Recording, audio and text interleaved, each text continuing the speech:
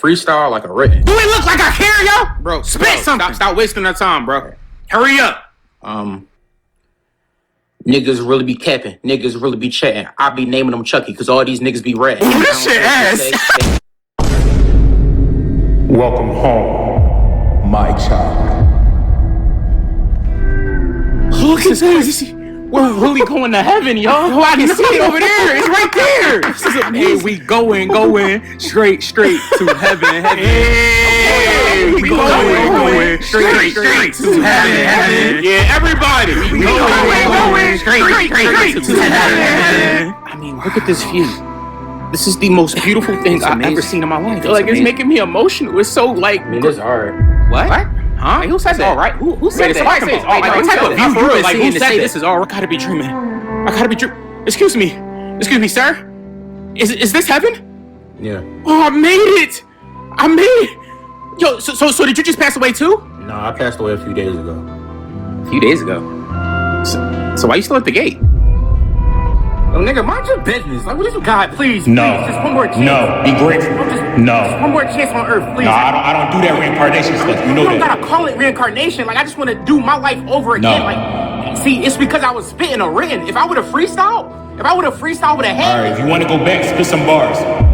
For real? Spit some bars if you want to go back. All right. I messed up the first time, but this time's the sequel. Finna inject you with these bars, and my voice is the needle. Hey, yo, what?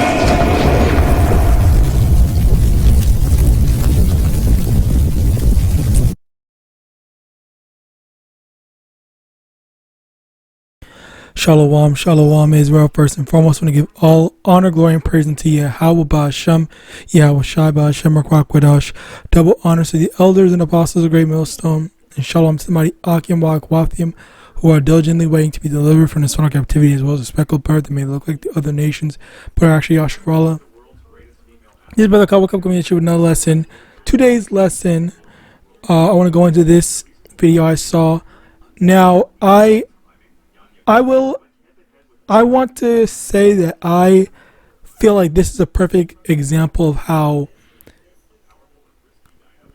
people in general feel about, I don't know, the Lord, because I don't want to say the actual name because it's kind of a bit inaccurate to say that. But when it comes to what's the word? Not salvation, but paradise, heaven, whatever you want to call it.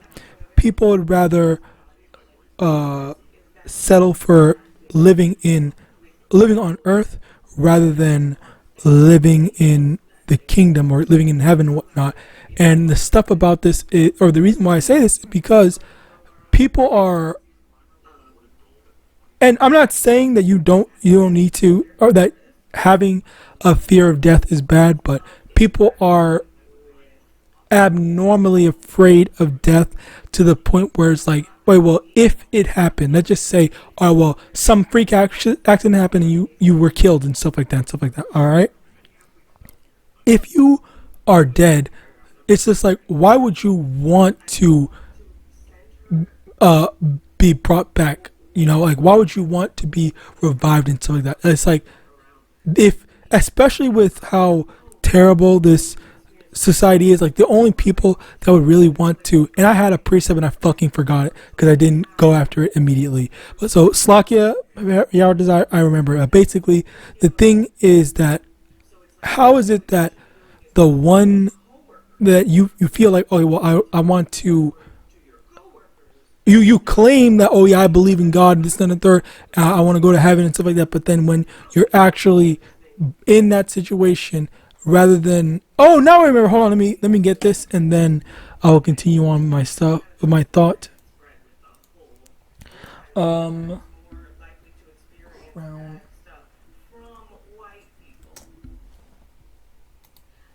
then let me also get this.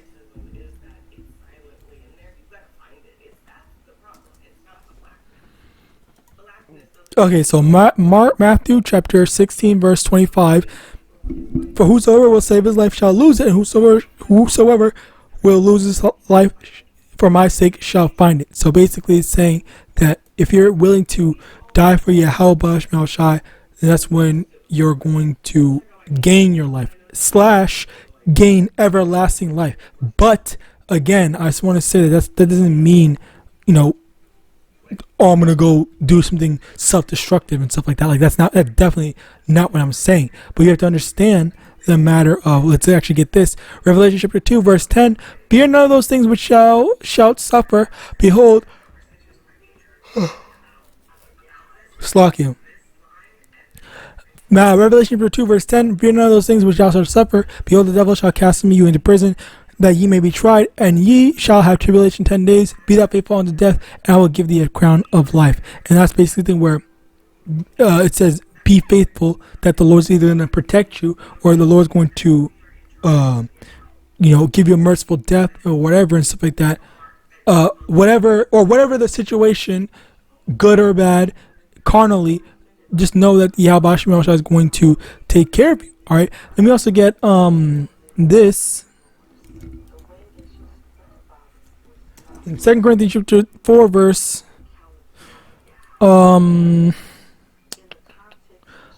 18, while we look not at the things which are seen, but at the things which are not seen, for the things which are seen are temporal, but the things which are not seen are eternal. Basically, you are trying to preserve your life for a temporal, quote unquote, pleasure, which even then, like, I don't think most people would even acknowledge life in Babylon or life in general in this world is fully worth living, because there's so many downs and people just don't even seem to realize just how or realize what they are giving up, quote unquote, when you choose to live a life that is based off carnality rather than the spirit. All right, so as a result of that, that's where you have people that's going to be like this, where it says like, oh well, people there are people that are actually spiritual, and they say, oh yeah, I made it to the kingdom of heaven and stuff like that, I'm happy and stuff like that. But then it's just like there's also people that just don't even want to care that, oh man, I really wish I had some more time on earth. I really wish I could do this, then third, whatever, when the kingdom of heaven is meant to be is meant to give you everything that you ever wanted. All right.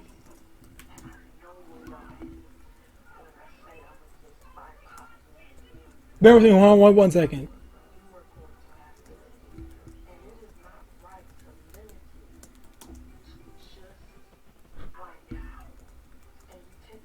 Sakya. So basically, people are going to want to say, like, "Oh man, I love God. I'm a Christian. I'm a devout Christian. I'm a devout this." It's even Slaki, even Jake. It's not Jake. Even some Israelites are going to say, "Oh yeah, I'm really happy living in this society, or I don't want this place to end, or better yet, they will say that this place is not going to end, or Babylon is not going to be destroyed for another 100,000 years and stuff like that, and stuff like that and whatnot." Where they basically don't want Yahawashi to return. Because they are content, they are fine with how things are right now, because as they've gotten used to taking money and stuff like that. Some examples are the former Sakari heads. All right. Well, I think primarily Deacon and what's his name, Alazar, where those two are, I think as far as what I've heard, they have like an ass load of money in terms of, not like super rich and stuff like that, but there was this one screenshot that someone had taken that said that Alazar had gotten like 10,000 or some shit like that from this one person or whatever. But basically, they're basically making money off of this truth and stuff like that, / making merchandise out of their followers, / making merchandise out of Israelites while still teaching. Like they're making merchandise out of this truth. All right, which that is just going completely off. All right. but of course, tithing is fine. Of course, yes, there's no issue with that. But this has been a more of a what's the word? More of a my main number one focus is making money. Like, this is the only thing, and how do I optimize profits rather than how do I focus on this truth? All right. So as a result of that, that's where you have people that just say, oh, well, I care more about money rather than the thing. And as a result of that, people, they change doctrines. All right. Now, continuing on, Micah chapter 3, verse 2, who hate the good and love the evil, who pluck off their skin from off them and their flesh from off their bones. Main thing here is that people hate good and love evil. Imagine, and I know this is just a skit and this is not real, obviously, because, yeah, you get it, basically the point. But just imagine someone, being so carnal that they did, but they fucking they're in the kingdom of heaven and whatnot, and they get mad that, oh man, I wish I could have tried to go for being a pop star or some famous celebrity and meet up with Eminem or Snoop Dogg and stuff like that. It's because I wanted to be a famous rapper and whatnot. It's like you're basically saying all that you'd rather have done all that than being in the kingdom where literally, like, it's just extremely hard to verbalize and picture this, because like the kingdom is meant to be anything and everything that you want, where you're gonna have a surplus, you're gonna be blessed with all that you could ever imagine or desire, and yet you're gonna have these clowns, these dumbasses that are going to be saying, oh man, I really wish I did this, I want a second chance, I want this, that, and the third, whatever, and whatnot. And even then, by the way, just to put it out there, this whole heaven in the sky thing, that's not how that stuff works. Well, that's a completely different lesson for a different time. As a matter of fact, better yet, I already did a lesson on this anyway, so yeah, you can definitely go check that out. But anyway, continuing on, Hebrews chapter 12 verse, oh yeah, this is the main thing. Hebrews chapter 12 verse 16, lest there be any fornicator or profane person as Esau, who for one morsel of meat sold his birthright. And that's the thing, where because our people are so fixated on Esau, because Esau is the most profane, the most secular, the least religious out of all other nations. Like, not religious, the least spiritual out of all the other nations. Like, Israelite is the most religious, then it's some other buttfuck nation or whatever. But the main thing is just that you would find more spirituality from, let's say, a Chinese, a Middle Eastern, Indian, whatever, that's not Edomite, all right, than you will from Edomites, all right. So as a result of that, like, Esau is the most profane. People are copying after that mindset, that belief system, all right. Now, with that being said, Sirach chapter 10 verse 2, as a judge of the people is himself, so are his officers, and what manner of man the ruler of the city is, such are all they that dwell therein. And as a result of that, the people take after their leader, which Esau is a major leader, and people tend to say, oh well, let's copy what Esau says and let's be secular, let's be base and completely go against spirituality and whatnot, all right, where you have people that are going to be thinking like this, like, oh man, I want to be in heaven, I want to be in captivity, I want to be in Babylon, I want to be this and that third. Where, the funny thing about that is that this society, Babylon, that is this is Esau's heaven. This is the best thing that Esau's going to get to heaven. This is the maximum heaven that he has, and that's why the people that follow after Esau, they think that, oh yeah, this society is worth living in.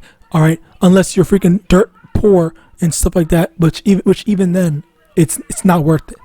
All right, or even then, even people dirt poor, they still would want to live in this society, which it's baffling to me. But anyway, continuing on, John 8 verse 44, ye are of your father the devil, and the lust of your father you will do, who is a murderer from the beginning, and abode not in the truth, because there is no truth in him. When he speaketh a lie, he speaketh of his own, for he is a liar and the father of it. And basically the thing here is we're taking the term father, all right, where these people have made the devil, the physical demon Satan, their father, by taking up after his practices and his beliefs, where Esau's beliefs is this society is heaven, this society is worth living in, so I'm going to keep on doing that. And I don't know if you think about it like this, all right, if you ever seen a lot of these movies and stuff like that, where, oh man, this character did this, he gave up his whatever for humanity, X, Y, and Z and whatnot, he gave up his godship, like fucking Hercules, he chose to live in that piece of shit society where they were treating him like ass, all right, before he became strong and got all that training.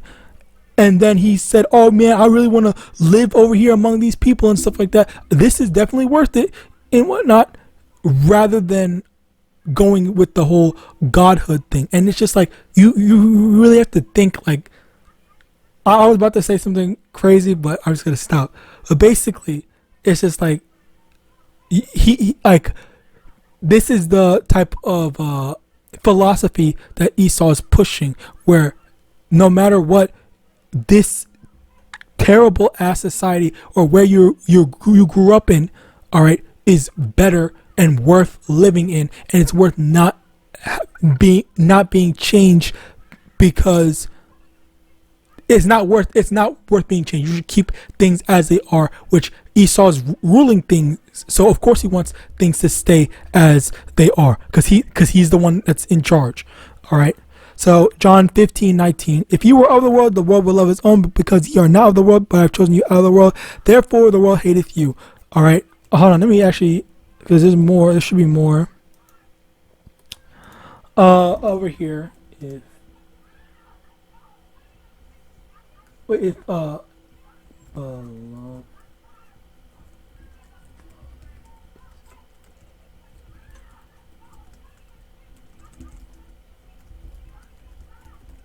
bear with me.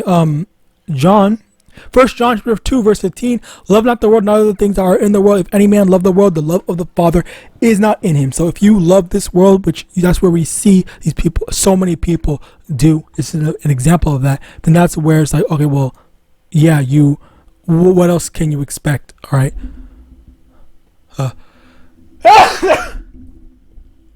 Slovakia.